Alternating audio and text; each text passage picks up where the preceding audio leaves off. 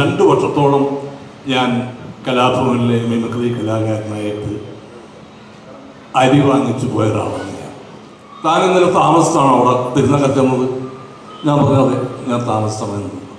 50 രൂപ ഫൈൻ. അല്ല, ബാക്കി എനിക്കൊരു 250 ഇങ്ങോട്ട് തന്നു. 300 രൂപ കാർഗാച്ചായി. അപ്പം അച്ഛൻ പറയും, ഫൈൻ വേണ്ട താൻ പോയിക്കോളാം.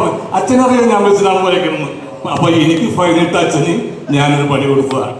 1993 മഹാത്മാഗാന്ധി യൂണിവേഴ്സിറ്റിയുടെ കലോത്സവത്തിൽ മിമിക്രിക്ക് 1ാം സ്ഥാനം എനിക്കായിരുന്നു. അന്ന് TDM ഹാൾ ഗ്രൗണ്ടിൽ 1ാം സ്ഥാനക്കാരുടെ പ്രകടനങ്ങൾ നടക്കുകയായിരുന്നു. അവിടെ വെച്ച് ശ്രീ KS പ്രസാദ് എൻ്റെ നമ്പർ വാങ്ങിച്ചിട്ട് പോയി. സ്വന്തമായിട്ട് നമ്പറില്ല, ഒരു PP നമ്പറാണ്. പറഞ്ഞാൽ പറയും, അങ്ങനത്തെ ഒരു നമ്പറാണ്. അദ്ദേഹം ആ നമ്പർ വാങ്ങിച്ചിട്ട് പോയി. കലാഭവനിലേക്കാണെന്നൊന്നും പറഞ്ഞില്ല. പിന്നീട് ഞാൻ വേറെ എറണാകുളത്തുള്ളൊരു മ്യൂസിക് ഗ്രൂപ്പായിട്ട് വർക്ക് ചെയ്യുന്ന സമയത്ത് അവരായിട്ട് ഒത്തുപോകാൻ സാധിക്കാത്തതിൻ്റെ പേരിൽ ഞാൻ അന്നത്തോടു കൂടി പെരുമ്പാവൂരായിരുന്നു എൻ്റെ ഷോ.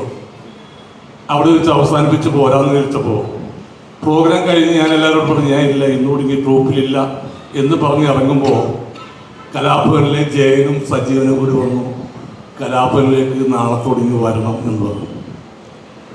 അങ്ങനെയാണ് ഞാൻ കലാഭവനിലെത്തുന്നത്. 2 വർഷത്തോളം 93 വന്ന് 95, 96, 2 വർഷത്തോളം ഞാൻ കലാഭവനിലെ മിമിക്രി കലാകാരനായിട്ട് അരി വാങ്ങിച്ചു പോയ ഒരാളാണ് ഞാൻ. എൻ്റെ സഹോദരൻ മരിച്ചത് പിന്നെ എൻ്റെ വീട്ടിൽ വേറെ ആരും ജോലിക്ക് പോകുന്ന ആളുകളുണ്ടായിരുന്നില്ല. എനിക്ക് ഞാൻ ഒരു സെയിൽസ് റെപ്രസെൻറ്റേറ്റീവായിട്ട് വർക്ക് ചെയ്യുകയായിരുന്നു. കലാഭവനിൽ വന്നതിന് ശേഷം ആ ജോലിയും ഞാൻ അവസാനിപ്പിച്ചു. Full time മിമിക്രിക്കാരനായി. അഭയലക്ഷം തന്ന ഒരുപാട് സ്നേഹങ്ങൾ കൊണ്ടാണ്, അദ്ദേഹം കോരിയൊഴിച്ച ഒരുപാട് വെള്ളത്തിൻ്റെ അനന്തര ഫലമാണ് ഞാനും മറ്റനവധി കലാഭവനിൽ നിന്ന് വന്ന സിനിമാ താരം. ഞാൻ അഭിലക്ഷനായിട്ടുള്ള ഒരു ഓർമ്മ ഒന്ന് പങ്കിടാം. കാരണം ഈ സന്ദർഭത്തിൽ എനിക്ക് പറയാനുള്ള ഒരു ഓർമ്മ എന്ന് വെച്ചാൽ, ഒരു ദിവസം ഞാൻ പറഞ്ഞ നേരത്തെ PP നമ്പറിൽ ആഭ്യന്തരൻ്റെ ഒരു ഫോൺ വന്നു. താൻ അന്ന് കോട്ടയത്താണ് ഞങ്ങൾക്ക് പ്രോഗ്രാം. നിങ്ങൾക്ക് കോട്ടയത്തല്ലേ പരിപാടി? അതെ. അപ്പോൾ താൻ ഇങ്ങോട്ട് വരണ്ട, നേരെ ഗോതിരത്ത് എന്ന് പറയുന്ന സ്ഥലമുണ്ട്, എൻ്റെ വീടിൻ്റെ അടുത്താണ്. അവിടെ ഒരു ഗായികയുണ്ട്. ആ കലാഭവനിലെ പാടാൻ ആ കുട്ടിയെ ആലുവ CIയുടെയോ SIയുടെയോ മകളാണ്. ഗോതിരത്താണ് വീട്. താൻ ചോദിച്ചിട്ട് കാറ് വിളിച്ച് പോയിക്കോളാൻ പറഞ്ഞിട്ടുണ്ട്. ഈ പെൺകുട്ടിയുടെ വീട്ടിലേക്ക്, ഗായികയുടെ വീട്ടിലേക്ക് കാറ് വിളിച്ച് പോയിക്കോളാൻ പറഞ്ഞു. ബസ് കിട്ടിയിലേക്ക് കാറ് വിളിച്ച് പോകാൻ പറഞ്ഞു. അപ്പോൾ എനിക്ക് ഗോതിരത്തിലേക്ക് പോകാൻ എളുപ്പമായി അറിയാം. ഞാൻ ബസ്സിൽ കയറി ഒരു കടത്തിറങ്ങി ഈ പെൺകുട്ടിയെ വിളിച്ചിട്ട് ഞാൻ നേരെ ചെന്നത് കോട്ടയത്തേക്കാണ്. തിരുനക്കര മൈതാനത്താണ് അന്ന് പ്രോഗ്രാം. അപ്പോൾ കലാഭവൻ്റെ ഇന്നത്തെ പോലെ അല്ലെന്ന് തോന്നുന്നു. അന്ന് ഈ ബോക്സൊക്കെ വണ്ടിയിൽ നിന്ന് ചുവന്ന് ആർട്ടിസ്റ്റുകൾ തന്നെ ഇറക്കണം. അപ്പം ഞാൻ, കലാഭവൻ മണി, സാജൻ 3 പേർക്കാണ് ഇതിൽ പൊക്കമുള്ളത്. ബോക്സ് എന്ന് വെച്ചാൽ ഇതൊക്കെ കുഞ്ഞ് ബോക്സ്, 6 ഹൈറ്റുള്ള ബോക്സ് ഞങ്ങൾ ചുവന്ന് കയറ്റണം. അന്ന് ഞാൻ ഇവരൊക്കെ ബോക്സ് കയറ്റിയ പിന്നെയാണ് ഞാൻ അവിടെ എത്തിച്ചേരുന്നത്. അപ്പോൾ ഇവർ പിറ്റേ ദിവസം പ്രോഗ്രാം കഴിഞ്ഞ് പിറ്റേ ദിവസം ഇവർ കലാഭവൻ ചെന്ന് കംപ്ലൈൻറ്റ് കൊടുക്കും, സരികുമാർ വൈകിയാണ് വന്നിരുന്നത്. അപ്പം ഞാൻ അവിടെ ഉറങ്ങിയാണ് അവിടെ റൂമിൽ.